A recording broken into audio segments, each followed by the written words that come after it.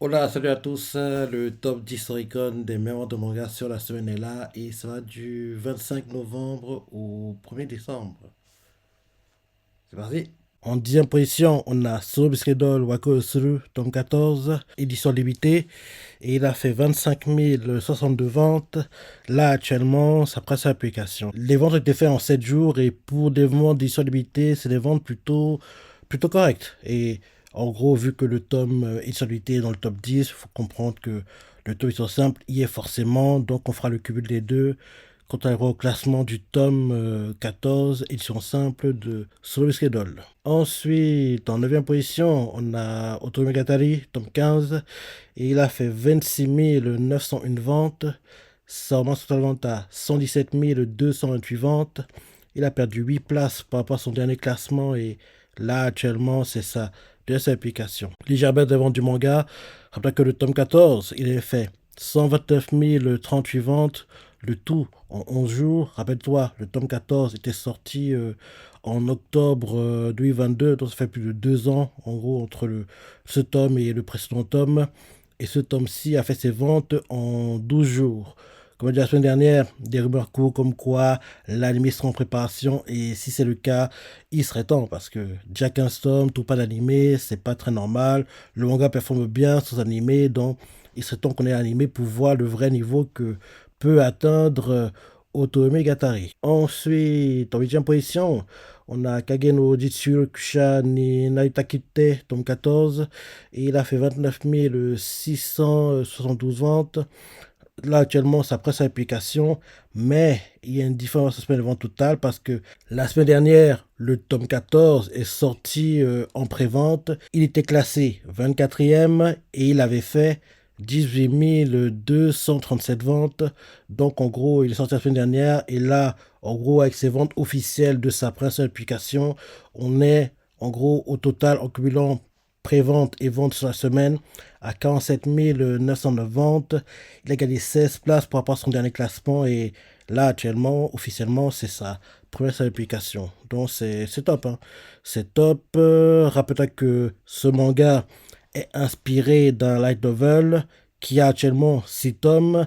D'ailleurs, c'est très bizarre, mais cette année, il n'y a pas eu de tomes qui sont sortis pour le light novel. Donc, en gros, les 6 tomes qu'on a actuellement sortis en light novel, c'est 6 tomes qu'on avait déjà au moment où on a eu l'animé l'année dernière. Donc, en gros, faut pas oublier que un animé film est censé sortir, qui est censé adapter la fin du tome 4 du light novel.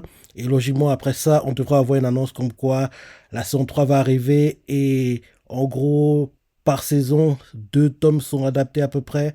2 tomes sont adaptés. Et en plus, oui, comme je disais plus tôt, le mangaka n'a pas sorti de light novel cette année. Donc, ce serait bien que ces sorties soient plus récurrentes. Parce que en général, il sortait plutôt un tome par an. Mais pour cette année, il n'y a pas eu de tome du tout pour 2024. Donc, espérons que pour 2025, oh, je sais pas, on ait 2 tomes, ce serait bien.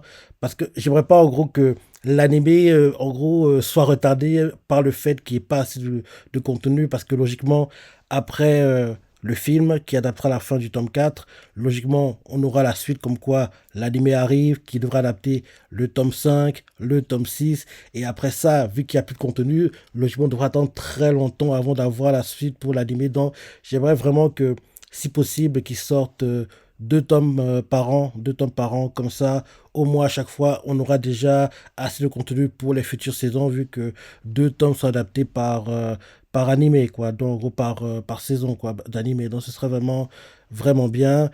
Et là, les ventes de ce tome-ci sont le record du manga, vu que officiellement, ça presse à l'application, donc c'est le record. Rappelle que l'ancien record était détenu par le tome 12 qui avait fait 41 967 ventes, le tout en 4 jours.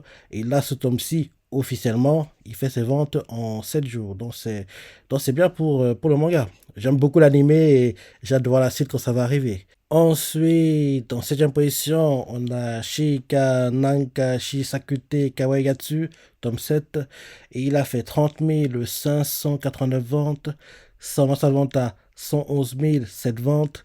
Il a perdu 5 places par rapport à son dernier classement et là actuellement c'est sa deuxième publication. Légèrement avant du manga, après que le tome 6, il a fait 115 529 ventes, le tout en 11 jours. Et là ce tome-ci aussi fait ses ventes en 11 jours. Ensuite, en 6e position, on a Shibatsu Valkyrie, tome 23. Et il a fait 32 688 ventes. Sama Salvanta, 105 764 ventes. Il a perdu 3 places par rapport à son dernier classement. Et là, actuellement, c'est sa deuxième application. Bonne vente. Rappelez que le tome 22, il a fait 100 663 ventes. Le tout en 9 jours. Là, ce tome 6 ventes en 12 jours. Et logiquement, quand le manga aura assez d'avance, on devra avoir la suite de l'anime. Parce qu'actuellement, il n'y a pas assez de contenu pour la potentielle future saison 3 de l'anime. Ensuite, en 5e position, on a Aku Aku et les jaunes Nonaka Noito, tome 5. Et il a fait 33 384 ventes. Là, actuellement, sa presse application. Bonne vente pour le manga, après que le tome 4, il avait fait 22 670 ventes, le tout en 2 jours.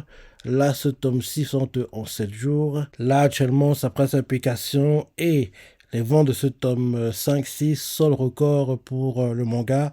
Et l'ancien record était tenu par le tome 4, qui avait fait, comme je l'ai vu plus tôt, 22 670 ventes, le tout en 2 jours. Donc, c'est bien pour le manga. Ensuite, en 4e position, on a Oni no Anayome, tome 6. Il a fait 33 960 ventes. Sama Salvanta, 88 411 ventes. Il a gagné 3 places par rapport à son dernier classement et là actuellement c'est sa deuxième application. Légère baisse devant du manga après que le tome 5 il avait fait 94 505 ventes, le tout en 10 jours. Là ce tome ci aussi vente en 10 jours et comme la semaine dernière, ce tome est inspiré, ce manga est inspiré dans la novel dont logiquement quand la nouvelle race l'avance, on devra avoir le fameux l'anime prochainement parce qu'en général, quand un manga inspiré de la nouvelle performe bien, sauf pour un manga, dès que la nouvelle a assez d'avance, il est adapté en animé et ça doit être le cas pour Oni no Nayume, logiquement. Ensuite, en 3e position, on a One Piece, tome 110, et il a fait 36 005 ventes. Sa vente à 1 217 787 ventes.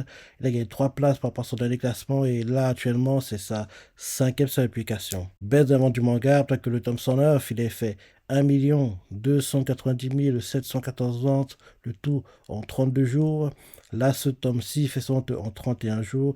Et logiquement, ça devrait être la dernière semaine où One Piece apparaît dans le top 10. Il devrait être dans le top 50, mais le top 10, logiquement, pour ce tome-ci, ça devrait être la dernière semaine. Parce que la semaine prochaine, il devra y avoir des mangas qui vont faire de grosses ventes, qui vont sortir. Et logiquement, ces mangas-là devraient prendre les places du top 10 et One Piece, malgré les ventes qui devrait faire la semaine prochaine, il n'aura pas assez de ventes qui lui permettront d'apparaître dans le top 10. Parce qu'en général, One Piece, il fait 5 à 6 semaines dans le top 10. C'est rare qu'il fasse 7. Alors 8, on parle même pas. Donc, si aussi après la semaine prochaine, ce serait très, très, très, très, très impressionnant. Ensuite, en 2e position, on a Yamada-kun to level Q, Yakuku, Juku, en gros 999. Noko Yosuru, tome 10, et il a fait 41 289 ventes. Sa vente à 112 850 ventes. Il a gagné 2 places pour rapport à son dernier classement et là actuellement c'est sa deuxième application. Baisse de la vente du manga, après que le tome 9, il avait fait 129 166 ventes, le tout en 13 jours. Là, ce tome 6 vente en 10 jours et j'adorerais qu'on ait une saison 2 pour l'anime parce que j'adore l'anime. J'ai beaucoup aimé la saison 1 de Yamada parce que c'était très très très très bien. Donc j'espère vraiment qu'à un moment on aura une saison 2 parce que l'anime saison 1 était très très très très bien. Et enfin, en première position, on a Subskedol Wako Suru, tome 14, cette fois-ci édition simple. Et il a fait 167 717 ventes. Là, actuellement, sa presse application. Bonne vente pour le manga, après que le tome 13, il a fait 102 838 ventes. Le tout en 3 jours. Là, ce tome 6 vente en 7 jours. Et d'ailleurs, c'est le record pour le manga. L'ancien record était détenu par le tome 12, qui avait fait 164 911 ventes, le tout en 7 jours. Là, ce tome-ci aussi, il fait ses ventes en 7 jours. Et en gros, le record est battu de 3000 et quelques. Donc, c'est bien. C'est bien que, en gros, il ait réussi à battre le record établi par le tome 12. Et comme tu le sais, l'animé son est prévu. Et aussi, quand on cumule édition simple limitée, on arrive à 192 779 ventes. En gros, c'est le total des ventes édition simple limitée cumulées pour le tome 14 de Subskedol Wakodosu. Donc, voilà le top 10 des meilleurs ventes de manga sur la semaine. Maintenant, pour le top 10, tout confondu, même si on est qu'à la deuxième semaine officielle du, en gros, top Oricon 2025, on va quand même voir en gros ce que ça donne. En première position, on a Subskedol avec 203 741 ventes. En deuxième position, on a Dandadan avec 129 055 ventes. En troisième position, on a Blue Lock avec 57 489 ventes. En quatrième position, on a Chikawa avec 50 913 ventes. En cinquième position, on a Yamada avec 50 232 ventes. En sixième position, on a Blue Box avec 49 817 ventes. En septième position, on a One Piece avec 47 335 ventes. En huitième position, Oseki no Kuni avec 41 393 ventes. En neuvième position, Aku Aku Reijo no Naka no Ito avec 41 001 ventes. Et en dixième position, Oni no Nayome avec 35 623 ventes. Ce top 10 des mangas qui ont des animés ou pas. Soul Schedule animé, Dandadan animé qui est génial, Blue Lock animé, Shikawa animé, même si c'est un animé très court, des épisodes d'une minute, c'est pas vraiment un animé pour moi. Yamada animé, j'adorais connaître une saison 2. Blue Box animé, One Piece animé, même si actuellement il est entre guillemets en pause. Enfin, il y a tous les épisodes, hein, mais c'est l'épisode récap, enfin réchauffé quoi, de l'arc des autres poissons. Donc c'est, on va dire, il est en pause. Et il revient officiellement, en gros, avec des épisodes de nouveaux. En gros, en avril, printemps 2025. Otsukino no Kuni animé. Aku Aku Reijo no Naka no Ito, c'est trop tôt, mais je pense que qu'elle aura assez d'avance, il devra avoir un animé. Et enfin, Oni no Nayome, c'est trop tôt, mais je me dis que logiquement, qu'elle aura assez d'avance, on devra avoir le fameux l'animé arrive prochainement. Dans ce top 10, les mangas que je vois être dans le top 10 annuel 2025, Dandadan, Blue Lock, One Piece dessus, je vois ces trois-là être dessus et être. Par contre, Blue Box, j'hésite parce qu'on voit clairement qu'il y a un boost pour de l'anime, quoi, des ventes du manga, mais c'est pas un boost qui logiquement lui permettra de lutter pour être dans le top 10. Dans le top 20, oui, mais top 10, ça me paraît très compliqué. Dans Dadan, vu comment il est lancé, ça se sent que lui, il devrait y être, hein. Il devrait être dans le top 10. Par contre, Blue Box, ça me paraît compliqué.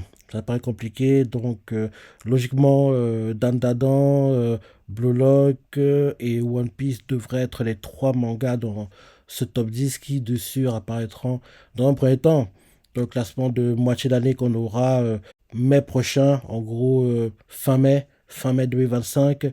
Et dans un second temps, en gros, dans le classement annuel qu'on aura fin novembre 2025, quoi. Donc, on a le temps, va venir. Là, janvier, février, mars, avril, beaucoup de choses vont se dérouler d'ici mai parce que janvier, en gros, nouveau cours animé, Sakura Death va commencer. C'est l'un des mangas que je vois avoir beaucoup d'impact sur l'année 2025 grâce à l'animé qui sortira en janvier. Donc j'ai hâte de voir en gros l'impact que l'animé va apporter au manga niveau vente parce que déjà qu'il est très bon, ils vont très bien sans animé. Avec l'animé, ça devrait atteindre des sommets logiquement. Et bien sûr, des mangas qui étaient déjà dans le top 10 cette année devront continuer à lutter pour rester Kingdom, Soso no Freerun, ce genre de manga, je les vois bien continuer à lutter. On va voir ce que donnera le classement Oricon de 2025, mais logiquement, oui, il devra avoir un peu de chamboulement.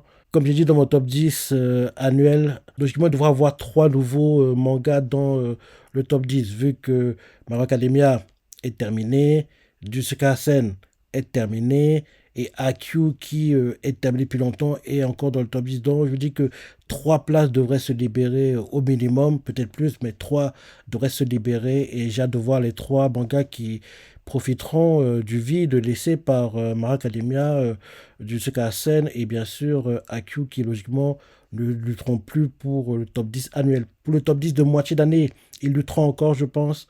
Je vois bien, oui, My Hero Academia et Jujutsu Kaisen toujours à part dans le classement de moitié d'année. Mais par contre, entre mai et novembre et mi-novembre 2025, ils devraient petit à petit descendre le classement et disparaître et laisser place, en gros, à des mangas qui ont des animés performants qui leur ont permis de booster les ventes du manga.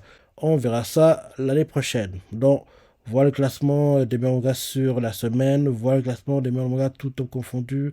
Lorsque tu en penses, ressenti, c'est surpris, laissez commentaires, like et... Allez, salut!